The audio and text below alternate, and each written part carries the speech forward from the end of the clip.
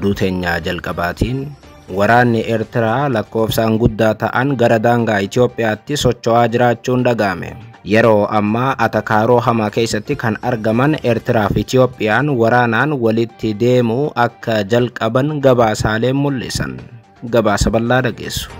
Oduu biraatiin mootummaa deeggaruudhaaf hunda arrabsuudhaan kan beekamu Atileet Fayyisaa Leellisaa hiyyummaa guddoo keessa jiraachuu beeksise.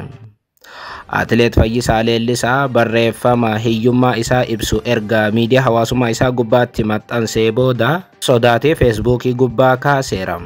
Namni mootummaan biliyeenara godheera jedhamu kun hiyyummaa akkamii keessa jira? Gabaasa bal'aa dhageessu. Oduu biraatiin Atileet Siifan Hassan maaraatoonii Londaniin seenaa hojjechuu akka barbaaddu ibsite. Atileetii Oromiyaan addunyaadhaaf laatte keessaa tokko kan taate Siifan Hassan dorgommii maaraatoonii London ebla dhufu gaggeeffamuun riikardii Ruut Cheebingeetich cabsuudhaaf kaayyeeffattee jiraachuu beeksifteetti. Fiigicha maaraatoonii London kanarratti atileetonni Oromoo 4 akka hirmaatan odeeffanneerra. Gabaasa bal'aa qindeessineerra. Oduu teenya xumuraaf biyya alaatiin jeettiin waraanaa Kooriyaa Kibbaa shaakalarra ture dogoggoraan boombii darbatee namoota hedduu miidhuun dhaga'ame. Jeettiin kun haleellaa dogoggoraan raawwateen namoota 15 caalaa miidheera. Gabaasa guutuu ni dhageessu. Akkam jirtu daawwattootaaf hordoftoota Anolee Global Media. Oduuf odeeffannoo keenya guyyaa irraa tokko jennee jalqabneeti jirra. Odeeffannoo keenya ijoo isaa amma dhageessan guutuu isaa isin biraan geenya. Haga xumura sagantaa keenyaatti dhaggeeffachuun yaada qabdan gara koomentiitiin nuuf barreessaa. Viidiyoon keenya namoota hedduu bira akka dhaqqabuuf immoo like, share, subscribe godhuun dagatinaa isiniin jenna. Kallattumaan gara gabaasa bal'aattiin isin qajeelcha.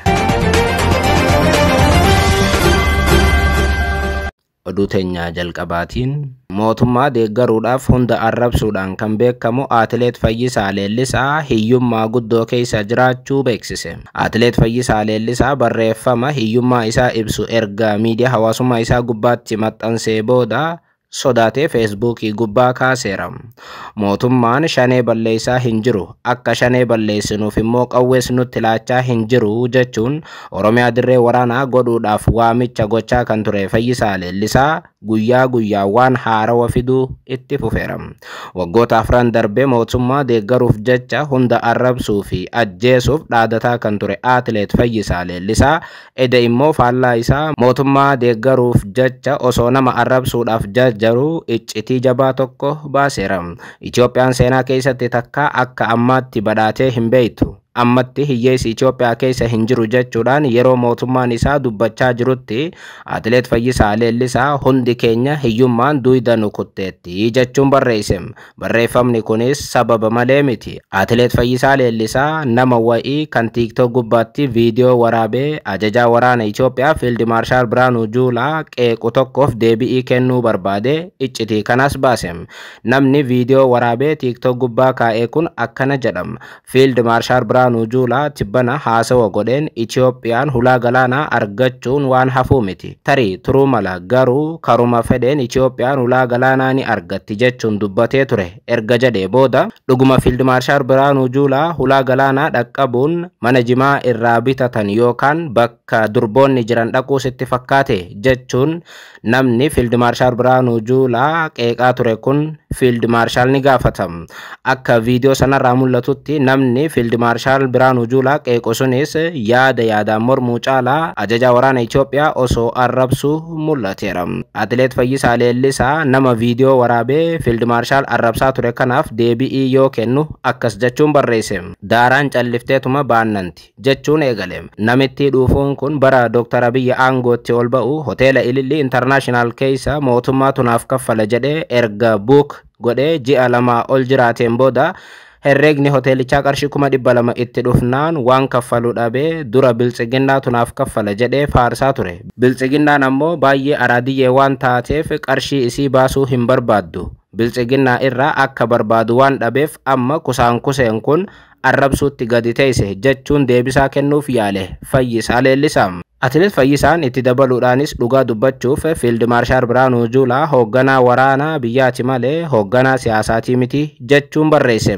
Gadhee akka kanaatu Oromoo kana salphise. Haga namoonni akka kanaa jiranitti kabajni Oromoodhaaf mirkanaa'u hin jiru jechuun gurbaan viidiyoo waraabee Fiild Maarshaal arrabsaa ture sun haga du'utti Oromoon akka hin kabajamne barreessa.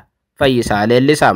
Fayyisaa Leellisaa barreeffama isaa kanaan yoo itti dabalu akkas jedhama. Hiyyummaa taanaan biyya tanatti hundi keenya daaraa taanee jirra jechuun barreesse. Biyyi immoo qabeenyaan hin madaalamtu jechuun itti dabaluun katabeeram. Biyyi qabeenyaan yoo hin madaalamne maaliin madaalamti waan jedhu bal'inaan ifa godhuu baatus Atileet Fayyisaa Leellisaa asitti ture iccitii garaa isaa keessaa qabu kan baasem. Fayyisaa Leellisaa barreeffama sanaan hiyyummaa taanaan hundi keenya daaraa taanee jirra jechuun katabe. Kana jechuun isaanii hiyyummaa hamaa keessa jiraachuu akeekuu isaaniiti. Dhugumatti Atileet Fayyisaa Leellisaatis ta'ee uummanni biyyattii hiyyummaa keessa jiraachuun waan haalamuu miti. Garuu akkaataa itti mootummaan isaa amma dura ibsaa turee fi barreeffamni Fayyisaa Leellisaa baay'ee gargar fagoodha. Wayita namoonni hedduun Fayyisaan Leellisaa biliyeenara ta'eera. Mootummaan Fayyisaa fi faarsee bultoota akka Fayyisaa biliyeenara godheera jedhamutti Fayyisaan raataateen kun dhaga'amuun hedduu namootaatti bitaa galeera. Fayyisaan biliyeenara ta'eera jedhamee yaadamu gaafa hiyyummaa keessa jiraachuu ibsu uummanni biyyattii guutuun rakkoo hamaa keessa jiraachuu barreeffamni kun waan akeekuudha jedhameera. Kan nama ajaa'ibu Atileet Fayyisaa Leellisaa barreeffama sana daqiiqaa 3 booda kaaseera. Kunis hiyyummaa keessa jirra barreeffamni jedhu mootummaa waan rifachiiseef Fayyisaa Leellisaa mootummaan nan dhiisu jedhee waan sodaateef barreeffamicha kaase jedhamee tilmaamama. Atileet Fayyisaa Leellisaa barreeffama hiyyummaa ibsu kana maaliif akka kaase haga ammaatti homaa hin jenne.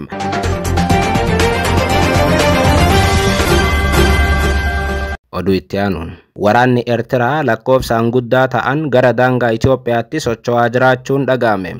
Yeroo ammaa atakaaroo hamaa keessatti kan argaman Eertiraa fi Itoophiyaan waraanaan walitti deemuu akka jalqaban gabaasaaleen mul'isan. Haaluma kana miidiyaaleen Eertiraa guyyaa kaleessaa akka gabaasanitti waraanni Eertiraa humni guddaan kaaba dhiyaa irraa gara kibba biyyattiitti socho'aa jiru. Akka gabaasaaleen Eertiraa jedhanitti mootummaan Eertiraa baatii darbirraa eegalee qophii waraanaa sadarkaa olaanaadhaan gaggeessaa kan jiru yoo ta'u waraanni kun amma gama daangaa Itoophiyaatti socho'uu eegaleera. Akkuma yaadatamu torbaan lamaan irraa mootummaan Eertiraa uummanni biyyattii guutuun waraanatti akka deebi'an ajajee ture. Kanaanis namni amata 60 gadii hundi haa deebi'uun ajaja Isaayyaas ture. Tarkaanfii waraanaa kun waldhibdee dippiloomaasii biyyattiin dhiyeenya kana Itoophiyaa waliin qabduun kan wal qabatu yoo ta'u mootummaan Eertiraa guutummaatti Abiyyi faana lola seenuu akka danda'u amanee sochii waraanaa jalqabee jira jedhame. Qophii waraanaa kun gama Eertiraatiin qofaa miti mul'achaa kan jiru. Itoophiyaanis gama isiitiin qophii waraanaa mataa isii jabeessitee itti fufteetti. Oduu itti aanuun Atileet Siifan Hassan maaraatoonii Londaniin seenaa hojjechuu akka barbaaddu ibsite. Atileetii Oromiyaan addunyaadhaaf laatte keessaa tokko kan taate Siifan Hassan dorgommii maaraatoonii London ebla dhufu gaggeeffamuun riikardii Ruut Chepngeetich cabsuudhaaf kaayyeeffattee jiraachuu beeksifteetti. Yeroo ammaa addunyaa irratti fiigichaan maqaa guddaa kan qabdu Siifan Hassan waggaa tokko osoo hin guutin fiigicha dheeraa kiloomeetira 40 olii marsaa lammaffaadhaaf fiiguuf jirti. Fiiguu bira darbitee riikardii amma dura atileetiin Keeniyaa qabattee jirtu caccabsuudhaaf karoora akka qabdu afgaaffii noos waliin gooteen himteetti. Yeroo ammaa Keeniyaatti shaakala irra tan jirtu Siifan Hassan atileetii Keeniyaa Ruut waliin morma wal qabuudhaaf qophaa'aa jiraachuu himteetti. Fiigicha dheeraa London kanarratti dubartoonni lamaan Oromoon qabdu jechuunis Siifan Hassanii fi Tigist Asaffaalleen wal morkachuuf jiru. Atileetii Keeniyaa waliin ta'uun atileet Siifan Hassan dubartoota jajjaboo akka Tigist Asaffaatii fi Ruutiin morkachuun cinaatti riikardii amma dura intalti Keeniyaa Ruut Chepngeetich Chicaagootti qabatte cabsuuf hawwaa jirti. Atileetiin Keeniyaa Ruut Chepngeetich dhuma bara 2024 maaraatoonii Chicaagoo irratti sa'aa fooyyee qabuun injifattee turte. Siifan immoo sa'aatii Chepngeetich kana cabsuun karoora kootii jetti. Kanaaf hojii isiirraa eegamu hunda raawwachaa jiraachuu atileetiin Oromootuun dubbatteetti. Atileetiin Keeniyaa Ruut Chebingeetich dubartii jalqabaa fageenya maaraatoonii kiloomeetira 42 sa'aatii 2 fi daqiiqaa 10 keessatti xumurte yoo taatu, hawwiin Siifan Hassan ammas riikardii kana daaraa godhuudhaan Siifan Hassan afgaaffii noos waliin taasifte namoonni baay'een akkas jedhu. Wanti Chebingeetich hojjette waan ajaa'ibaati. Anilleen akkasuma natti fakkaata, kun hojii addaatii jetti Siifan. Garuu anaafillee kun ni danda'ama jetteetti. Isheenis maaraatoonii London irratti sa'aatii kana fooyyeessu akka barbaaddu ibsiteetti. Fiigichi guddaan addunyaan haalaan eegaa jirtu maaraatoonii London ji'a dhufu Ebla 27 2025 ni gaggeeffama. Fiigicha kanarratti atileetonni maqaa gurguddaa qaban addunyaarraa ni hirmaatu. Osuma dubbannu fiigicha kanarratti lammiileen Itoophiyaa 3 Itoophiyaa kan bakka bu'an ni hirmaatu jedhameera. Sadeenuu Oromiyaa irraa kan biqilan yoo ta'u, inni jalqabaa atileet Taamiraat Tolaati. Kaan immoo Milkeessaa Mangashaa yoo ta'u, gama dubartii irraa Tigist Asaffaa ni hirmaatti jedhameera. Atileet Siifan Hassan itti dabalaan atileetonni qe'een Oromiyaa biqilchite 4 fiigicha London irratti hirmaachuuf jiru. Atileetii lafti Oromiyaa biqilchite Siifan Hassan ammatti Neezerlaandii fiigdi. London Amba. Oduu teenya xumuraaf biyya alaatiin jeettiin waraanaa Kooriyaa Kibbaa shaakala irra ture dogoggoraan boombii darbatee hedduun namoota miidhaman. Kooriyaa Kibbaatti erga jeettiiwwan waraanaa 2 osoo shaakala irra jiranii boombii 8 bakka namoonni walitti qabamanitti dogoggoraan darbatanii namoonni 15 miidhamaniiru. Isaan keessaa 2 immoo miidhaa cimaadhaaf akka saaxilaman ibsameera. Jeettiiwwan kun guyyaa kaleessaa jechuun kamisa kallattiidhaan uummata nagaatti dogoggoraan dhukaasuu isaanii hordofee ummanni akka miidhaman miidiyaaleen biyyattii gabaasaniiru. Taateen kunis xiyyaara humna qilleensaa KF-60 kan hirmaachise yoo ta'u, magaalaa Pocheon kan dhiyeenya Kooriyaa Kaabaatii fi bakka shaakalaa idilee biyyattiin haleellaa kaabaa irraa dhufu kamirratti qophii lolaa taasisuudhaaf shaakala itti gaggeessitu ture. Humni qilleensa Kooriyaa Kibbaa taatee kana qorachaa akka jiru ibsuun miidhaa dhaqqabeef dhiifama gaafachuun namoota miidhamaniif beenya akka kennu ibseera. Dhukaasni tibba shaakalaa dhukaafamu yeroo tokko tokko kallattii biraatti darbuun dhiheenya naannoo mana jireenyaa siviiliitti kan bu'u yoo ta'u, darbee darbees miidhaa ni geessisaa jedhama. Akka miidiyaaleen Kooriyaa Kibbaa gabaasanitti yoo ta'e namoonni 2 miidhaa cimaaf saaxilamaniiru. Mormaaf gateetti irratti miidhaan kunis gahee jedhame. Manguddoon waggaa 60 yeroo dho'insichi mudatetti konkolaataa oofaa turan dhukaatuun morma isaanii irra rukutu miidiyaan biyya keessaa Yonhap gabaaseera. Yeroon sagalee dho'insaa dhaga'utti oofaan ture. Yeroon of barutti ammoo ambulaansii keessattan of argee jedhama. Jeettii waraanaa KF-16 haala maleen boombiiwwan MK-82 darbataniiru. Isaanis bakka yaadameen alatti kufan jedhe ibsi humni qilleensa Kooriyaa Kibbaa baase. Waraanni akka jedhetti balaliisaan jeettii tokko xiyyeeffannaa dogoggoraa galchee boombiin hawaasa siviilii keessatti akka bu'u taasiseera.